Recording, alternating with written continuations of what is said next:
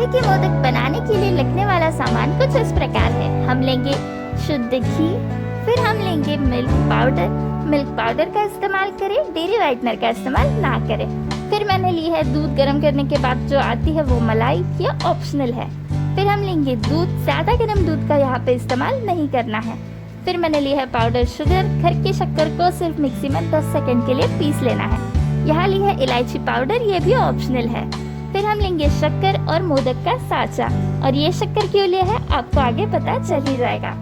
तो सबसे पहले हम मावे के मोदक बनाने के लिए बनाएंगे मावा, और मावा बनाने के लिए सबसे पहले हम एक पैन को थोड़ा सा गर्म कर लेंगे और फिर इसके अंदर हम डालेंगे 1.5 टेबलस्पून घी। आप चाहे तो सिर्फ 1 टेबलस्पून घी भी डाल सकते हैं, लेकिन यहाँ पे मैंने 1.5 टेबलस्पून लिया है। तो घी को हम थोड़ा सा गर्म कर लेंगे, और जैसे ही हमारा ये जो घी है वो गर्म हो जाए तो हम इसके अंदर डालेंगे दूध की मलाई। दूध की मलाई डालना ऑप्शनल है।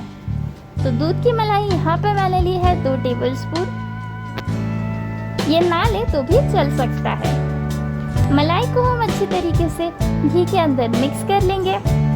इसे हमें अच्छी तरीके से सौटे कर लेना है घी के अंदर। 10 सेकंड के लिए हम इसे अच्छी तरीके से मिला लेंगे। आप देख सकते हैं हमारी ये जो मलाई है वो घी के साथ अच्छी तरीके से अब मिल चुकी है। मलाई ना भी ले तो चल सकता है। मलाई मिल चुकी है अच्छी तरीके से। अब हम इसके अंदर डालेंगे दूध। यहाँ पे 1/4 कप मैंने दूध लिया है। अगर आप मलाई का इस्तेमाल ना करें तो आपको यहाँ पे दूध जो है वो 1/3 कप लेना है, लेकिन यहाँ पे मलाई थी इसीलिए मैंने 1/4 कप दूध लिया है। तो 10 सेकंड के लिए हम दूध को भी अच्छी तरीके से घी के अंदर मिक्स कर लेंगे, और फिर हम इसके अंदर डालेंगे मिल्क पाउडर।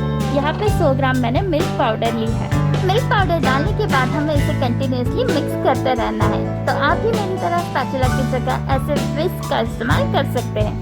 10 मिनट तक हमें इसे कंटिन्यूसली चलाते रहना है। जैसे जैसे हम चलाते जाएंगे हमारी ये जो मिल्क पाउडर है वो अच्छे से दूध के साथ मिक्स होती जाएगी और ये थोड़ी और गाढ़ी होती जाएगी। आप चाहे तो मलाई को अवॉइड कर सकते हैं और घी डालने के बाद तुरंत ही उसे बिना गर्म करे दूध को भी डाल सकते हैं, और दूध को बिना गर्म करे ही आप उसके अंदर मिल्क पाउडर डाल के भी इसे ऐसे मिक्स कर सकते हैं।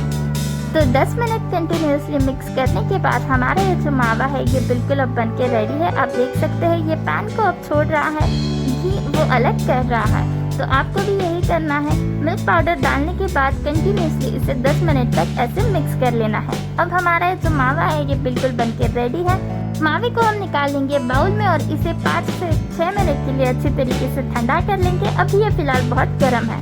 तो मावा ठंडा होने के बाद हम इसके अंदर डालेंगे इलायची का पाउडर। मावा इतना ठंडा होना चाहिए कि आप इसे आसानी से हाथ लगा सको। और अब हम इसके अंदर डालेंगे पिसी हुई चीनी, 1/3 कप यहाँ पे मैंने ली है, और फिर चीनी डाल के इसे हम अच्छी तरीके से मिक्स कर लेंगे। तो ये अब अच्छी तरीके से मिक्स हो चुका है। तो अब हम लेंगे मोदक का साँचा।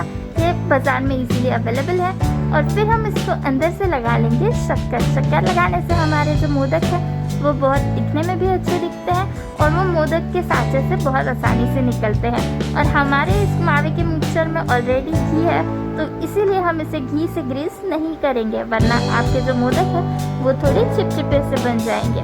तो यहाँ पे हम लेंगे थोड़ा सा मावा और इसे हम भर देंगे हमारे मोदक के साँचे में। तो इसे पूरी तरीके से हमें भर लेना है, अच्छी तरीके से नीचे से प्रेस कर लेना है, और जो एक्स्ट्रा का पार्ट होगा इसे हमें आसानी से निकाल लेना है।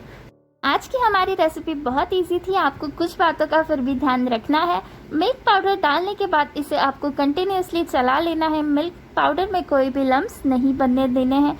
इसे कंटिन्यूसली चलाते रहना है, और मावा एक बार आपका बन जाए, घी जो है वो छूटने जाए, तब आपको मावे को बंद कर देना है। मावे को ज़्यादा नहीं पकाना है, नहीं तो मावा बिल्कुल दानेदार बन जाएगा और उससे अच्छे मोदक नहीं बनेंगे। तो आप देख सकते हैं हमारे जो मोदक है वो कितना अच्छा बनके तैयार है। ये जो एक्स्ट्रा का पार्ट मैंने नहीं निकाला था वो मैं अब निकाल रही हूँ। देखिए कितना दिखने में अच्छा है ये। उम्मीद है आपको आज की ये रेसिपी अच्छी लगी होगी। आप देख सकते हैं शक्कर लगाने से वो कितना अच्छा दिख रहा है, और आप इसे ज़रूर ट्राई करेंगे। ट्राई करने के बाद इस रेसिपी का फ़ोटो मुझे इंस्टाग्राम पे भेजना बिल्कुल ना भूलें।